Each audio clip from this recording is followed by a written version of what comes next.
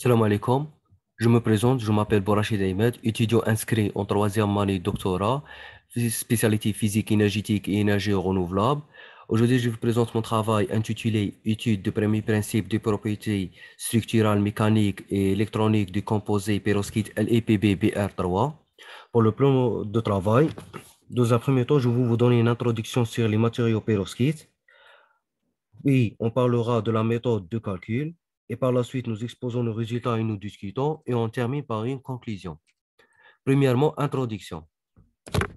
Les perovskites aux ingénieurs de plomb ont attiré l'attention ces dernières années comme étant une classe prometteuse de matériaux de silicate solaire qui présentent une productivité élevée de conversion de la lumière solaire en électricité, avec une méthode de fabrication simple et peu coûteuse. En raison des excellentes caractéristiques, les perovskites aux halogénures de plomb devraient être appliqués dans la synthèse d'une diversité de dispositifs électriques et optiques. Le composé LiPb-Ba3, qui est un composé perovskite, se cristallise suivant une structure cubique avec un groupe d'espace PM3M, numéro 221, où LiPb et Br sont positionnés en 0, 0, 0, 1,5, 1,5, 1,5 et 1,5, 1,5, 0 respectivement.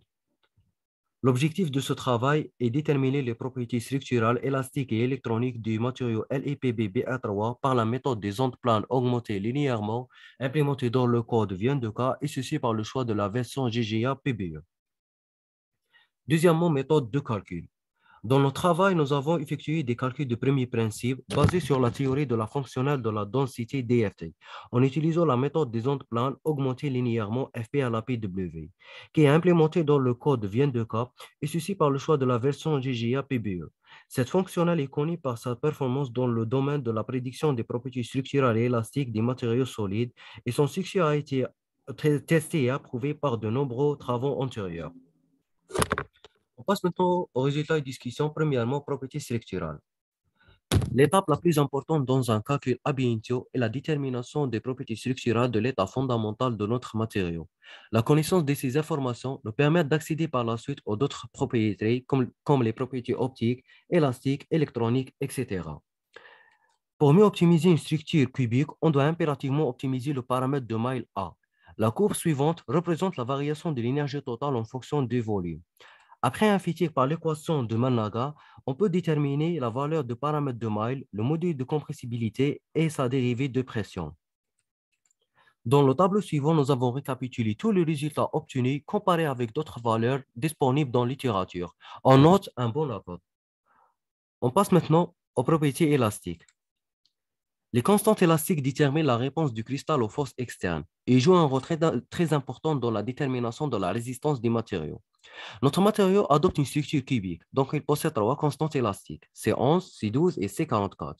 Nous avons déterminé ces constantes élastiques à partir de la méthode de Morteza-Jamel intégrée dans le code Vien2K. Le tableau suivant montre les calculs des constantes élastiques pour notre matériau LiPb-Br3. Les conditions de stabilité mécanique pour une structure cubique sont les suivantes. C11 moins C12 strictement supérieur de 0, C11 strictement supérieur de 0, C44 strictement supérieur de 0, C11 plus 2C12 strictement supérieur de 0 et le module de compressibilité doit être strictement supérieur de C12 et strictement inférieur de C11. En regardant ce tableau, on peut voir que les valeurs des constantes élastiques calculées satisfont aux critères de stabilité mécanique pour une structure cubique, ce qui confirme la stabilité mécanique pour notre matériau étudié. Ayant calculé les constantes élastiques, nous avons déterminé systématiquement les paramètres suivants. Le module de compressibilité, le module de cisaillement, le module de Young, le coefficient de Poisson, le rapport d'anisotropie et la température d'ébay. Afin de mieux connaître la nature fragile et ductile de notre matériau, Pogg a proposé une simple relation entre le module de compressibilité et le module de cisaillement. C'est le rapport B sur G. ID, si le rapport B sur G est strictement supérieur de 1,75, le matériau se comporte de manière ductile. Sinon, le matériau se comporte de manière fragile. Le rapport B sur J pour notre matériau est égal à 2,054, ce qui met clairement en évidence la nature ductile de notre matériau. Ainsi, à partir du facteur d'anisotropie calculé et le rapport d'anisotropie qui dit pour un matériau isotrope, le rapport d'anisotropie est égal à 1. Et pour un matériau anisotrope, le rapport d'anisotropie soit il est strictement supérieur de 1, soit il est strictement inférieur de 1. Le rapport d'anisotropie pour notre matériau est égal à 0,95, ce qui indique que notre matériau est un matériau anisotrope. On passe maintenant aux propriétés électroniques. Premièrement, la structure de bande. Pour mieux comprendre le comportement de notre matériau, nous avons étudié la structure de bande. La figure suivante représente la structure de bande de notre composé LiPb-Ba3. Cette structure confirme que notre matériau c'est un matériau semi-conducteur à gap direct, car le maximum de la bande de valence et le minimum de la bande de conduction situent au même point de haute symétrie R. Deuxièmement, la densité d'état. Pour identifier l'origine de chaque bande, nous avons tracé la densité d'état. En regardant cette figure, on peut distinguer deux régions. La première région, c'est la région de la bande de valence située au-dessus du niveau de Fermi. Elle est dominée par deux pics. Un pic intense de l'état P de bromine et un pic moins intense de l'état P du plomb. La deuxième région, c'est la région de la bande de conduction, située au-dessus du niveau de Fermi. Pour l'intervalle de 2 à 6 électronvolts, il y a des pics intenses des états P du plomb et l'état S de lithium, et ainsi un pic moins intense de l'état P de bromine.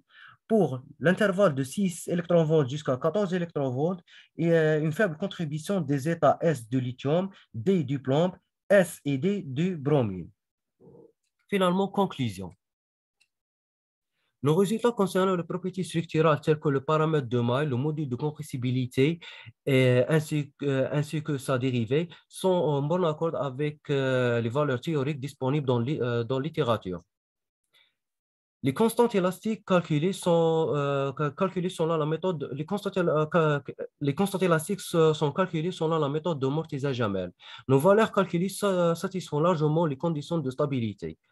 La détermination des constantes élastiques nous permet d'affirmer que la nature de notre matériau est anisotrope et ductile.